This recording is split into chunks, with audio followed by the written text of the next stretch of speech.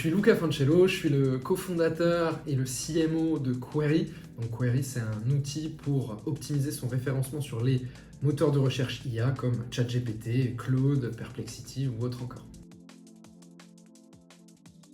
Moi, je suis consultant SEO depuis plus de 10 ans. En fait, ça fait 2-3 ans que ChatGPT est arrivé et donc forcément, j'avais tous mes clients qui me demandaient Luca, est-ce qu'il ne faudrait pas qu'on travaille aussi notre positionnement pour être bien positionné sur les LLM? Et donc, on s'est dit, on va essayer de creuser un petit peu ce besoin. Et c'est à partir de là qu'on a créé Query. Le premier problème que vont avoir les marques, c'est premièrement de réussir à avoir un audit de leur visibilité. C'est-à-dire à quel point aujourd'hui je suis présent sur ces moteurs de recherche IA, à quel point aujourd'hui je suis présent sur ChatGPT. Et ensuite, le deuxième problème qu'on résout, c'est une fois que j'ai compris est-ce que je suis présent ou pas, qu'est-ce que je dois faire? Parce que souvent, c'est un peu le syndrome de la page blanche. Et là, pareil, Query va te donner une stratégie précise que tu peux appliquer ensuite.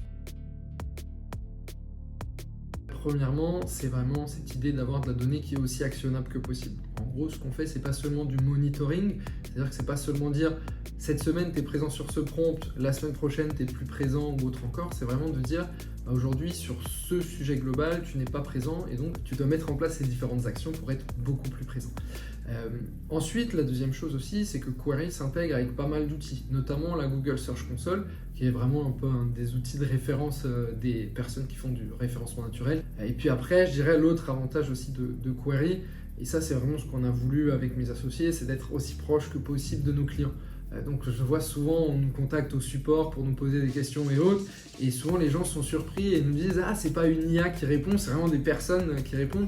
Et c'est vrai que nous, on s'investit un maximum là-dedans. C'est vraiment notre idée d'être aussi proche que possible de nos clients pour développer en fait les fonctionnalités dont ils ont besoin.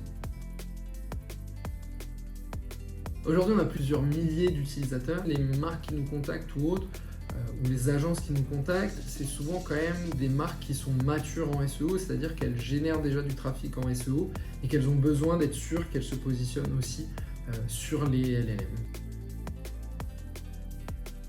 Il y a une fonctionnalité dans Query que j'aime beaucoup, c'est une fonctionnalité qui permet de voir sur quel prompt, c'est-à-dire sur quelle question poser aux IA, ta marque n'est pas présente mais tes concurrents sont présents. Donc imaginons que tu es une marque de voiture, en fait tu as une petite fonctionnalité sur Query qui te permet de dire je veux voir toutes les questions que les gens posent aux IA et je veux voir ces questions lorsque mes concurrents sont mentionnés et pas moi, parce que ça c'est vraiment là où tu veux être mentionné absolument.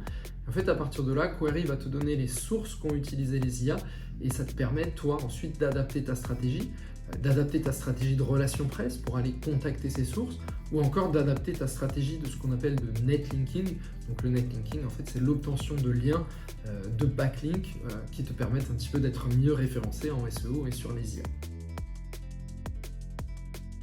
Alors l'objectif pour 2026, c'est de continuer à grandir, de continuer à acquérir des clients partout dans le monde.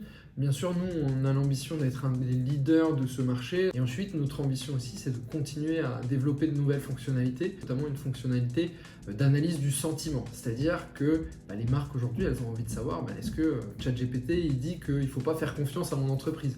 Ou est-ce qu'il dit que c'est l'entreprise principale sur le secteur? Donc on va développer vraiment une fonctionnalité là-dessus. Et c'est pareil, on va aussi apporter des fonctionnalités techniques sur le sujet. On va développer une fonctionnalité d'analyse de log, c'est-à-dire que ça va nous permettre de savoir quand les crawlers, les robots d'IA sont venus sur le site. Et on va vraiment avancer là-dessus, vraiment avec l'objectif de devenir l'outil le plus complet du marché pour répondre à l'ensemble des besoins, vraiment pour les personnes qui veulent se positionner sur ChatGPT ou d'autres moteurs de recherche IA.